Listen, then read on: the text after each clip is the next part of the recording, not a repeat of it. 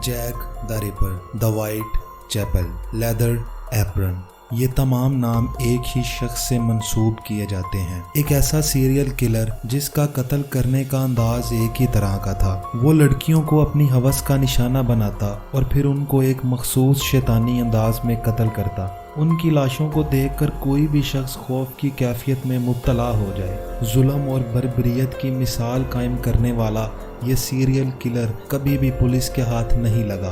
1888 में लगातार 5 लड़कियों को कत्ल करने वाले इस शख्स की हकीकत 2012 तक एक राज ही रही, जिस पर से जब 2012 में पर्दा उठने ही वाला था कि पुलिस को एक और नाकाबिले यकीन धचका लगा कि सब परेशान हो गए और उसके बाद आज तक उस शख्स के बारे में कुछ भी पता लगाना नामुमकिन रहा है और ये राज हमेशा के लिए शायद राज ही रह जाए। आज की इस वीडियो में हम इस खौफ की इलामत बनने वाले सीरियल किलर की कहानी जानेंगे। दोस्तों, फैक्ट्स एंड अफेयर्स में खुशामदीद। दोस्तों, 19वीं सदी के वस्त में बरतानिया को एक बहुत बड़ी आबादी का सामना करना पड़ा। 1882 से रूस के रेफ्यूजीज, यहूदी और दीगर इलाकों में कत्लेआम करने वाले लोग इस इलाके में आकर बसने लगे। 1888 तक लंदन ईस्ट यूरोप के इलाके वाइट चैपल की आबादी बढ़कर तकरीबन 80,000 तक पहुंच गई। ईस्ट यूरोप में पैदा होने वाले 55% बच्चे 5 साल की उम्र से पहले ही मर जाते थे। डकैती, तशद्दुद, शराब खाने, जुआ खाने यहाँ पर आम बात थी और आबादी ज़्यादा होने की वजह से कमाई के ज़रिए कम हो गए, जिस वजह से इस इलाके का माहौल बहुत बुरी तरह से मुतासिर हो चुका था। शदीद गुर्बत ने रोज़ाना की बुनियाद पर ज़िंदा रहने के लिए बहुत सी ख़वातीन को जिस्म फरोशी की तरफ धकेल दिया था। अक्टूबर 1888 में लंदन मेट्रोपॉलिटन पुलिस ने अंदाज़ा लगाया कि वाइट चैपल में 62 कोठे और 12,000 औरतें तवाइफ के तौर पर काम करती थीं। 1886 और 1899 में इन बदनाम अड्डों के खिलाफ मुजाहरे किए गए, जिसकी बुनियाद पर वहां का निज़ाम बेहतर होने की बजाय और बदतर हो गया। इन मुजाहरों ने यहूद दुश्मनी, जुर्म, कौम परस्ती, नस्ल परस्ती और शदीद महरूमी जैसे मसाइल में मज़ीद इजाफा किया। लेकिन इन मुजाहरों को 1888 में मज़ीद बरतरी मिल गई जब जैक द रिपर से मंसूब शैतानी और भयानक कत्ल को मीडिया में बेमिसाल कवरेज मिली।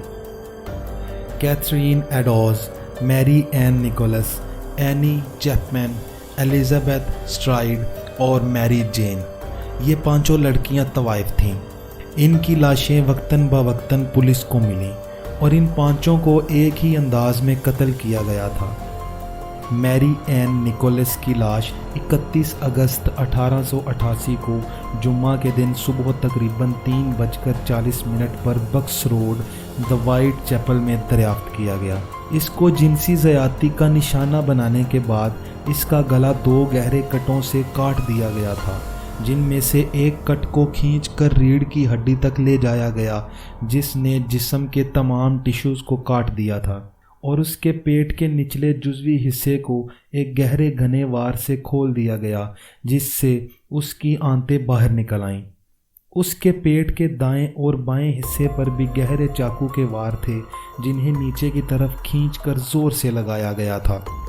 इस वाक़े के ठीक एक हफ्ता बाद 8 सितंबर 1888 को एनी चैपमैन की लाश तकरीबन सुबह 6 बजे 29 हेनरी स्ट्रीट वाइट चैपल के सिएटल फील्ड्स के पिछले सहन के दरवाजे की सीढ़ियों के करीब से मिली।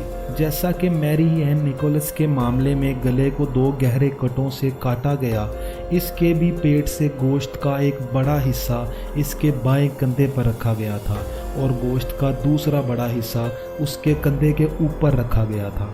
इसी तरह एलिजाबेथ स्ट्राइड और कैथरीन एडोज दोनों की लाशें इतवार 30 सितंबर 1888 को सुबह सवेरे पुलिस को मिली और उसके बाद मैरी जेन की लाश 9 नवंबर 1888 को सुबह 10:45 पर डॉर्सेट स्ट्रीट वाइट चैपल पर मिली। ये आखिरी लाश मैरी जेन की थी। इसको भी तमाम दूसरी लड़कियों की तरह जालिमाना शैतानी अंदाज में कत्ल किया गया था, लेकिन मैरी जेन की लाश के साथ पुलिस को एक ख़त भी मिला जिस पर जैक द रिपर ने लिखा था کہ تم لوگ مجھے کبھی بھی تلاش نہیں کر پاؤ گے، اور جب تم یہ خط پڑھ رہے ہوگے تب تک میں اس لڑکی کے دل کو فرائی کر کے کھا چکا ہوں گا۔ اور اس نے اس خط میں سچ ہی کہا تھا کہ پولیس کبھی بھی اسے تلاش نہیں کر پائے گی۔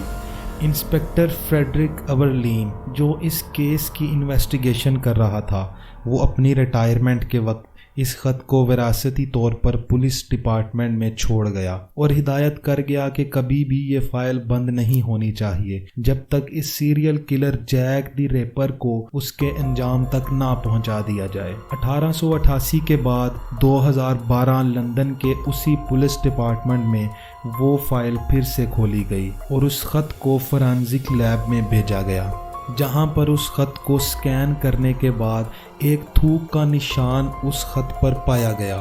جب اس تھوک کا ڈی این اے ٹیسٹ کیا گیا تو معلوم ہوا یہ کسی عورت کا ڈی این اے ہے۔ What are you talking about? اس طرح 2012 میں بھی جیک دی ریپر کی شناخت ایک راز ہی رہ گئی۔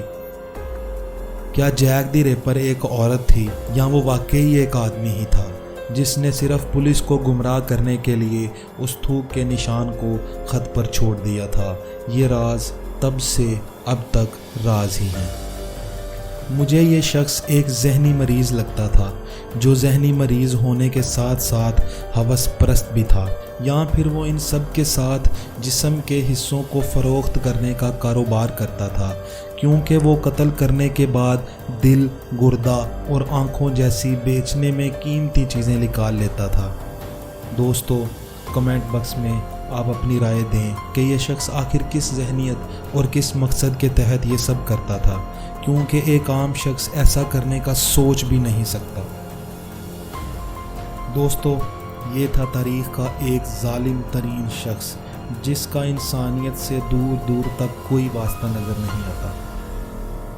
اگر آپ کو آج کی یہ ویڈیو پسند آئی تو اس ویڈیو کو لائک کریں اور شیئر کریں اور کمنٹ باکس میں رائے دیں۔ اس چینل کو سبسکرائب کرنا بھی مت بھولیے گا۔ اب میں آپ کو اگلی ویڈیو میں ملوں گا، تب تک کے لیے اپنا اور اپنے پیاروں کا خیال رکھیں۔ اللہ حافظ۔